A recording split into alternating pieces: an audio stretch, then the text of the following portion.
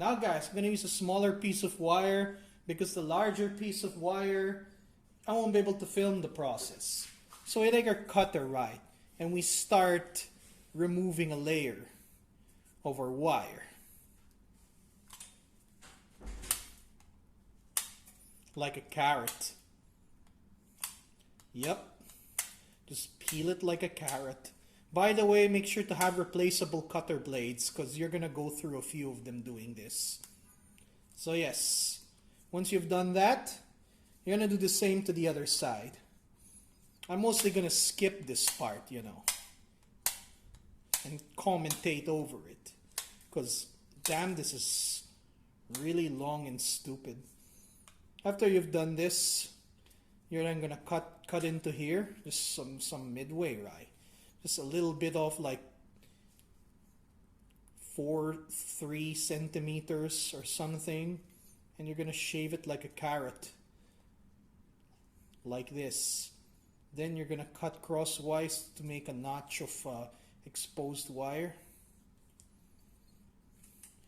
You know, doing this is way easier than filleting a fish, so it shouldn't be that hard. And I fillet a lot of fish. Not with this knife though, this is a cutter. Right.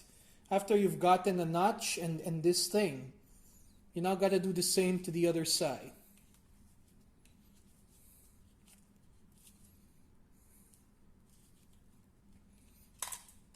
God damn it. I slipped, man.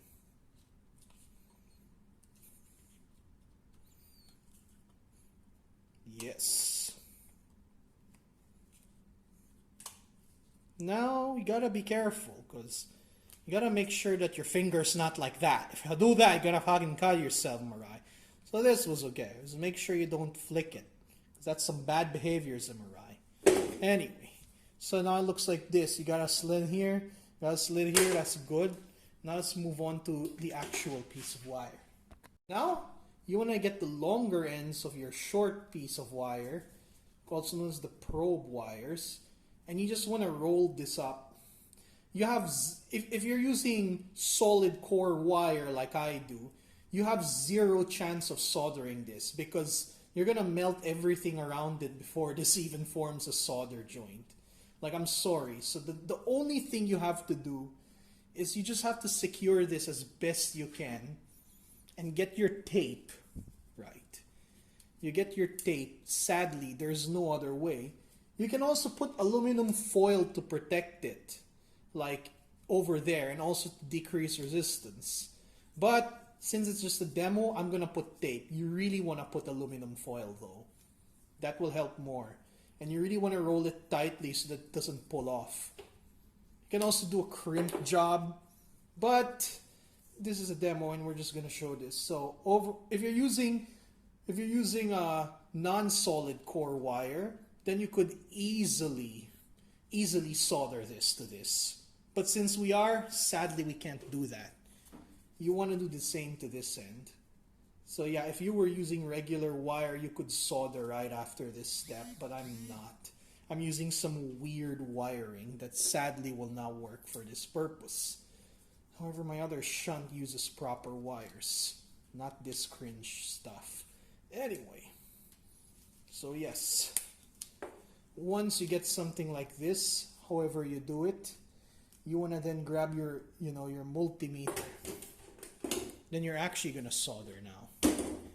So first you got to make sure that these wires have more room. The problem is these are shitty aluminum wires. Another thing you can do is, like in this other shunt, I skipped entirely the probes and I just simply stick these into the multimeter and you can solder this here. This was actually possible to solder, still taped over it though. And yeah, you can stick this directly to your multimeter. It wouldn't matter because you're going to calibrate this anyway. So yeah, let's get to soldering after this.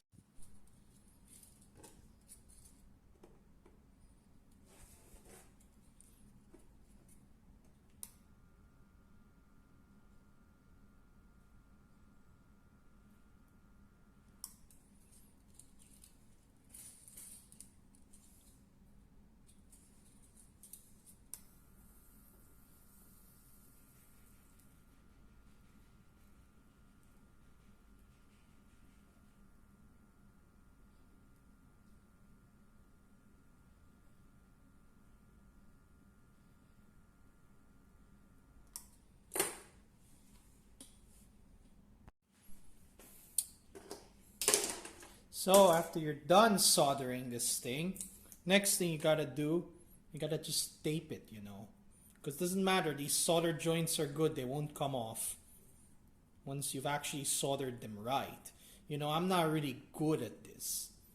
You know, the last time I actually soldered was, well, I barely did. I don't know, when I was messing with electronics with a friend. Anyway, yes. You just gotta simply... You can see my dexterity, man. You gotta got some fucking... Oh, crap. Lost the tape. I have performance anxiety, I think.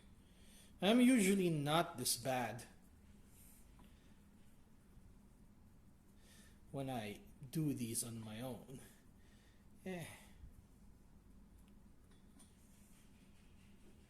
It's also very slippery.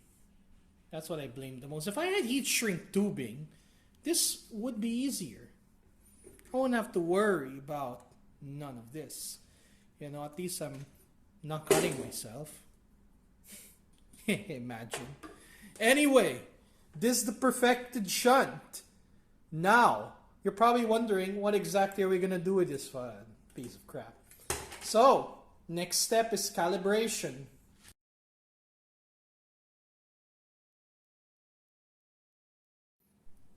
Okay, now we're going to calibrate as if it was an actual power supply. We're running at constant current mode at 1.5 amps.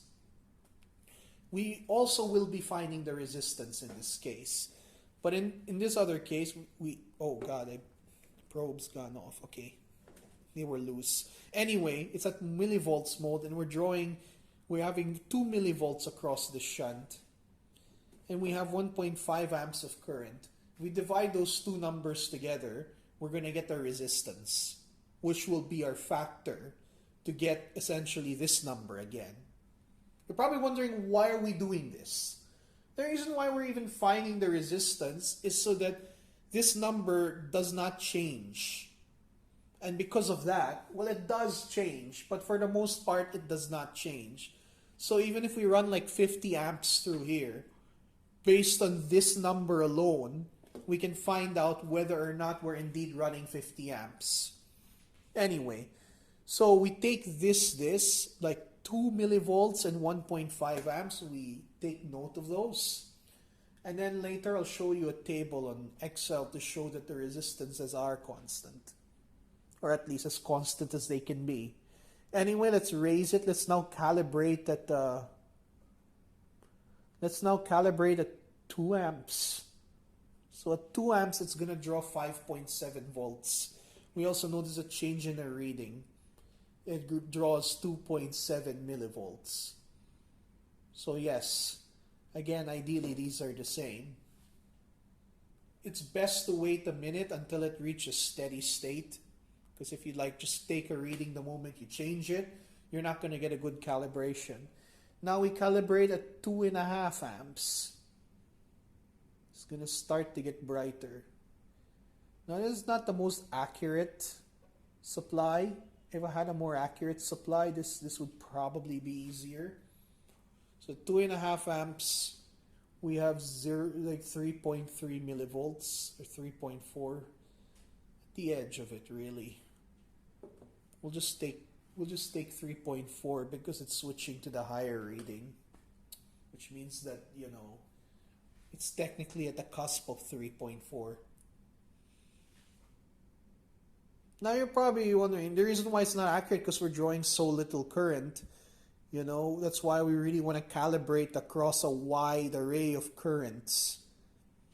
You know, we're calibrating against current here, which is a lot more precise than calibrating against voltage. So now we're doing 3 amps. Like you're seeing, these numbers seem to make no sense right now, but you will see them later. Now we're noticing 4 millivolts on our meter at 3 amps. So that's about it. I don't want to run it any hotter because I'm going to melt the nichrome. Not melt the nichrome, but start melting my rubber on my wires because I'm using nichrome. So we're gonna then take these numbers into just basically a spreadsheet and find the important values we need. So that will be it for the experiment of the calibration steps.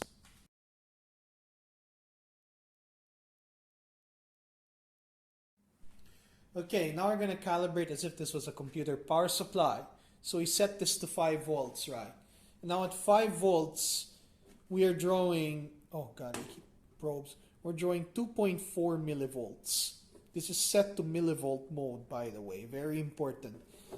And also normally in a computer power supply, you wouldn't have this. Like, so you wouldn't have this second value just displayed cleanly over here. You have to actually put a second, multimeter onto this. Now this voltage number is entirely irrelevant in both calibrations. The only numbers that matter is your millivolt drop and your current reading. And you essentially would just have, either it's shown here in a power supply or in a computer power supply. That's going to be shown by another multimeter in series with the circuit. So yes, at 5 volts, we're running 2.5 millivolts at 1.8 amps, 1.85 actually. Now it's going to keep changing, which is why I mentioned that this is a very bad calibration method. But if it's all you got, it's accurate enough for your purposes. Now we're going to go to 3.3 volts.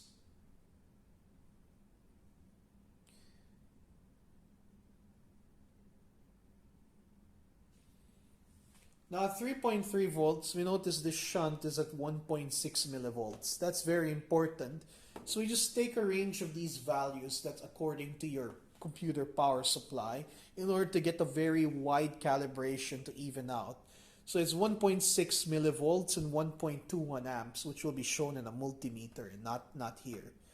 So yes, we gotta then go to 12 volts. The wiring diagram will be shown in the next slide in case you are still confused about this entire thing. Just gonna cook this thing a little more.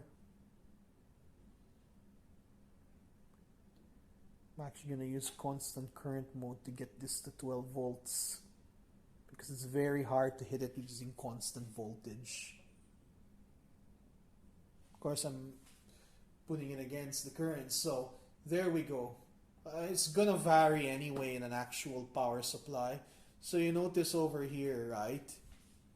We're getting, we're getting basically 12 volts through this. Actually, you know what? I'm gonna go to constant voltage mode because that's how a power supply would have it. There we go, 12 volts. Now you notice when it's set to constant voltage mode, the current starts jumping like that. That is exactly why I mentioned this is a very bad calibration method, but it's the only thing. So whatever, we're 6.2 millivolts, and this current now seems to be at around any value between 4.69 to 4.71. So you have to chase the value at these higher voltages. So now we notice every time it hits 6.3, it goes to 4.71. So we take the highest value, 6.3 millivolts at 4.71. And that will be it for calibration. Now we go to the spreadsheets. Okay, guys. Now I've put all of our numbers in the spreadsheet over here. So here's our first run using an ATX power supply type configuration at constant voltage. So when 3.3 volts was ran through the system, in our meter or ammeter or multimeter or whatever you use to put, in series with the circuit, ran at 1.21 amps and 1.6 volts. We got a resistance of 1.32, which is just basically these two cells. You would list these values, then you drag them down, and you essentially just get the numbers that we got earlier, but we found that the resistance stayed relatively constant. This average value is just the average of these three values over here, and if we plot down below, we notice that our resistance is just a basic flat line despite our voltage vastly changing. Now because we use an ATX power supply, you notice that the shunt voltage just kept widely changing, and there is no linear relationship because you're technically using, you know, fucking 3.3 volts, 5 volts, and then 12 volts. But despite this hugely insane jump in voltage due to that, you're still getting a constant resistance. Now, in this other graph is so beautiful. So our shunt voltage has a pretty linear relationship when we ensure that the amps being shown also have a linear relationship. So that this proves that our multimeter is very well calibrated, you know? And we also see the same exact value as our ATX power supply run. I've also color coded these so that they're easier to understand. You can see the picture on the right kind of gives you a better idea of how this works. And in the average values, we notice we get 1.337 and 1.34. So, for simplicity's sake, I always take 1.3. I don't go beyond this, but you can take 1.34 because anyway, this will round up. So yeah, that explains the calibration. So every time you run this power supply, I mean the shunt, right? You run the shunt through your cell, you will know that if you divide that number by 1.34 or 1.3, you will know exactly how much current goes through the system.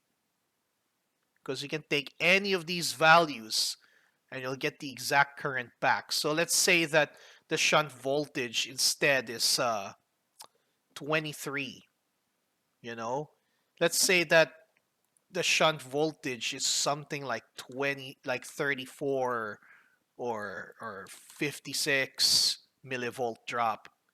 Then simply using this value, we can then solve for this middle. So if we assume a value of 1.34, right? Of course, it's not going to make much sense, so I'll just put that over here. Actually, I could just technically do this. Yes. Oh, wait, why does that drop it? Okay, whatever, 1.34, 1.34, doesn't matter, right? So I can actually solve for this cell over here, which would now be V over R. So it's going to be this divided by this. Let's assume.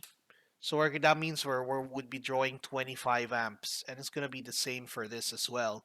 At 56, would be drawing 41 amps. So that's exactly how I do it in my videos. I have a multimeter reading with this, and I know this value, which, in my other shunt, it's 1.4, I believe, or 1.7. Whatever. I don't care.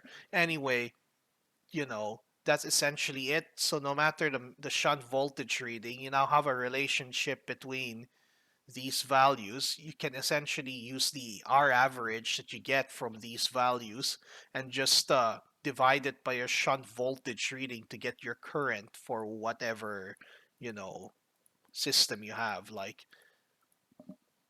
it's perfect, really. That's really it.